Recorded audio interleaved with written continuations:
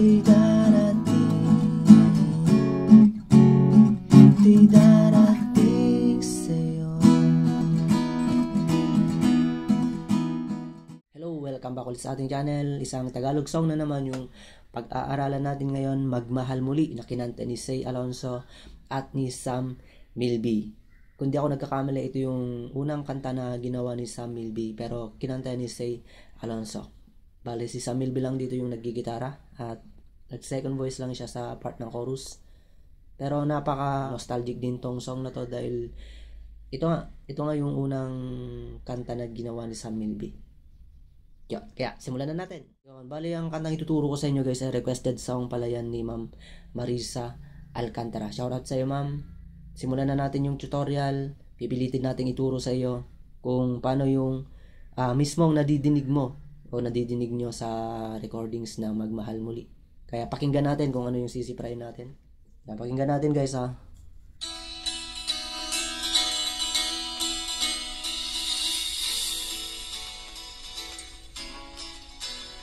Yan, mukhang mahirap to.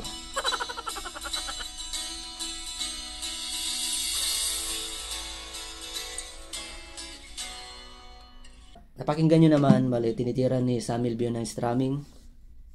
Pero kaya yan. Ang gagawin natin, yan, pakita natin yung chord ng intro. Yan, E, di ba? Hindi tayo mag-normal E na ganito. Ang gagawin natin, bali mag-open E tayo, higher open E dito sa 7th fret guys. Okay, tuturo natin kung ano yung pipindutin nyo. Okay, nasa 7th fret yung 5th string dyan. Yan. Tapos yung 4th at 3rd string nasa 9th fret. Yan, ganyan lang. Open yung 2nd at 1st string dyan sa baba.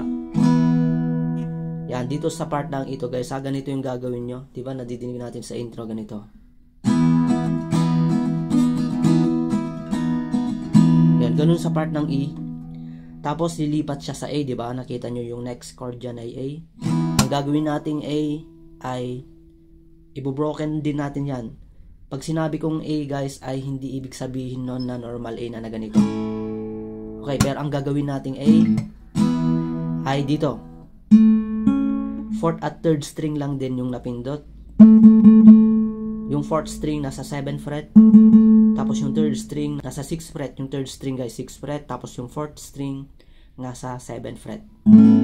Yan, ganyan yung A na gagamitin natin. Tapos next chord ay C sharp minor. Dito sa 4th fret guys, kagaya din sa napindot sa E kanina. Yan, pareho yung position ng E at C sharp minor. Tapos yung B, yan E, uurong mo lang dito sa 2nd fret. Same position pa rin ng C sharp minor. Then, babalik ka lang sa E. Ganito kung paano siya tugtugin guys, yung intro nyan.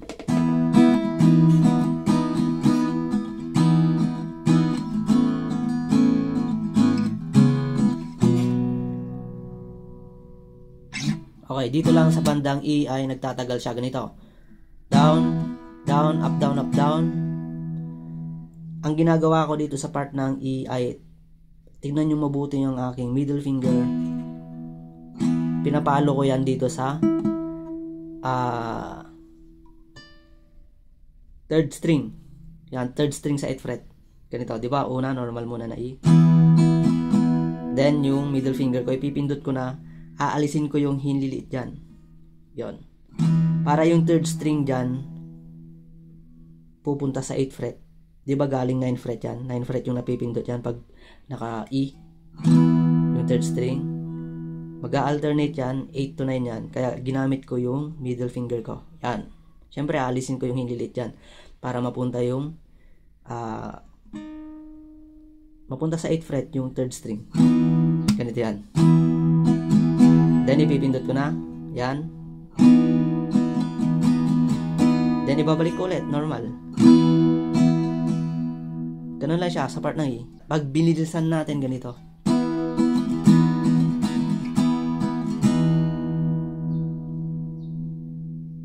Okay? Down, up, down, up. Tapos ipipindot ko na. Down, up, down, up, down, up, down, up. Then magiging normal. Down, up, down, up. Ganun lang siya, di ba?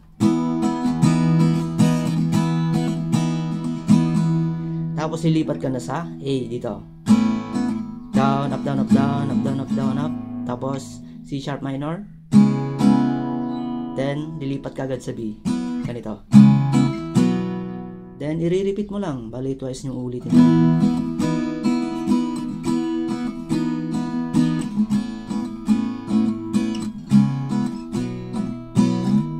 Yon. Ganon lang yung intro niyan, guys.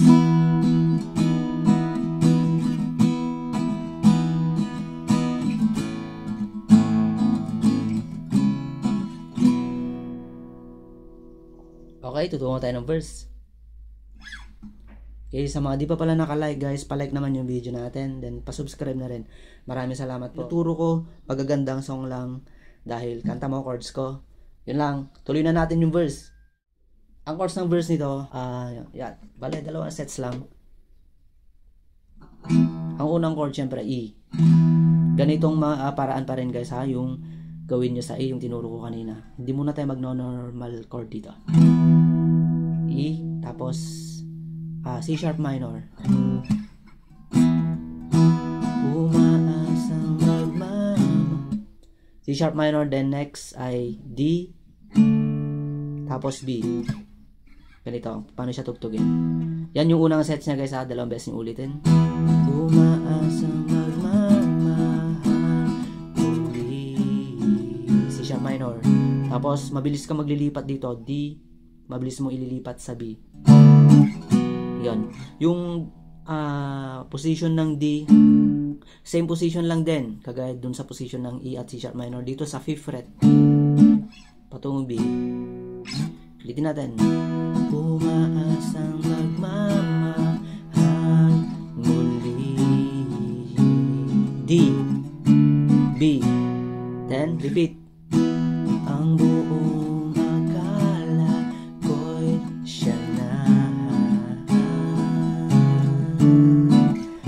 okay, second set tayo.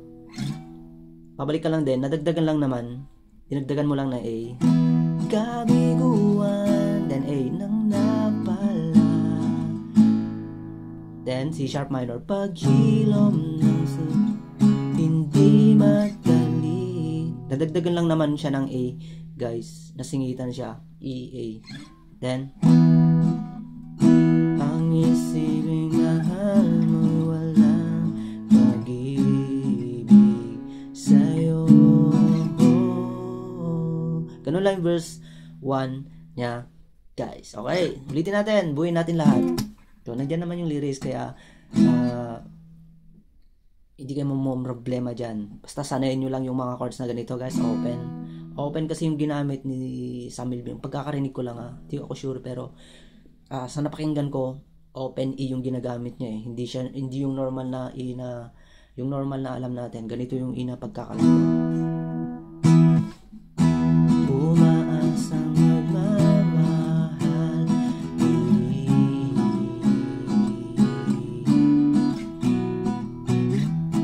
Ang buong akala ko'y siya na. Okay, second set. Kabiguan ang napala, paghilom ng sunod, hindi madali. Ang walang mahal, walang pag-ibig sa'yo.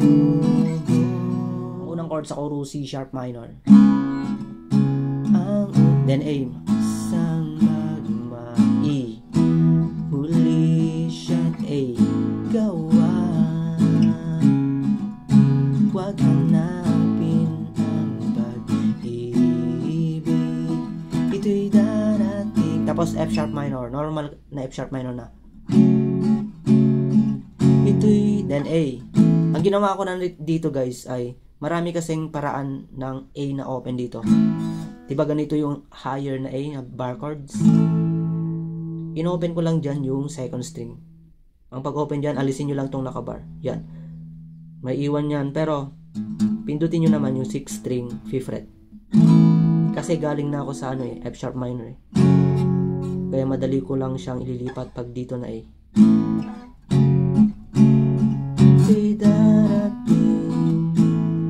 balik sa F sharp minor.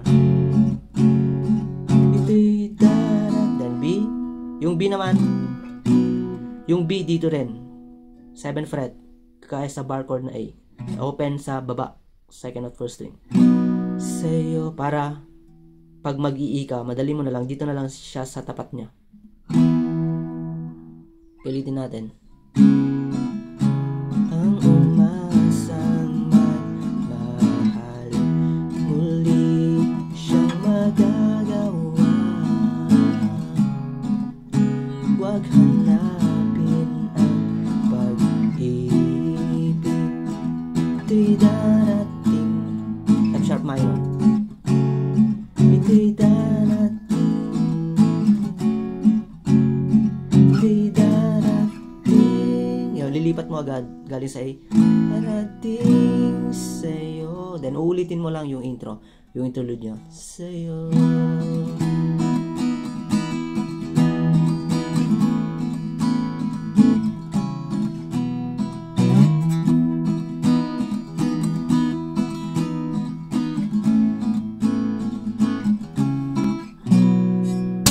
Ganon. Tapos, next naman ay yung second verse niya. Pareho-pareho yung ginawa dun, kagaya sa first verse kanina. Hanggang sa tayo'y matuto,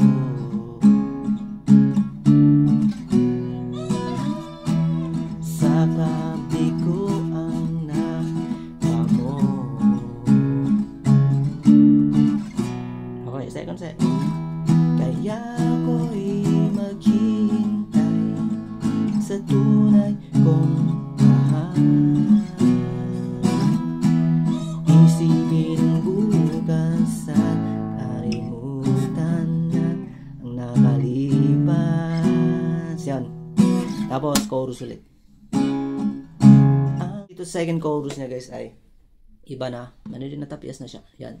Nandyan na siya kasi dediretso na siya sa bridge eh. Okay, tugtugin natin. Diba? Kung familiar kayo sa kanta, alam nyo kung ano yung sinasabi. Yung second chorus niya ay C sharp minor pa rin. Diba? Ganito.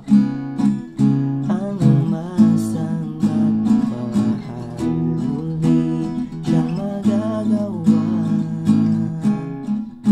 Huwag hanapin ang pag-ibig, ito'y darating sa'yo. Yun, ganun na. Then, dudugtong agad dun yung kanyang bridge sa'yo. Then babalik ka sa C sharp minor. Ito yung mga chord sa bridge niya. Akin na. Then A. Dito pa rin. Aking naranasan. F sharp minor. Tapos mabilis na A at B. Wow. Then babalik sa C sharp minor. Ang pagluha tulad ng sa then A at B. Ganun siya yung bridge niya. Ulitin natin. Yun, aking naranasan. Diyan o. Nandiyan yung lyrics. Aking naranasan. Oh, then ang pagluha tulad ng sa ulan.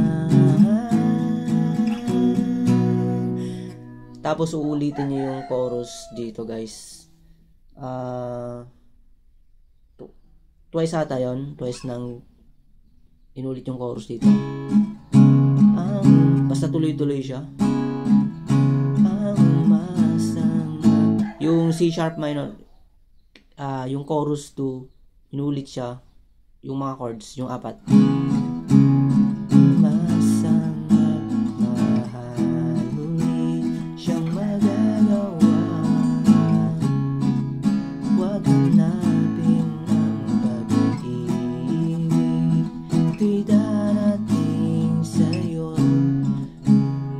Ulitin yun, ang umasang mahal muli. Yun, ganoon lang naman siya guys. Tapos sa dulo ay yung dagdagan nyo ng yung F sharp minor. Ito'y darating. Tapos F sharp minor. Ito'y darating sa'yo. Ganun lang yung magmahal muli. Maraming salamat ulit at mabuhay po tayong lahat. Bye-bye.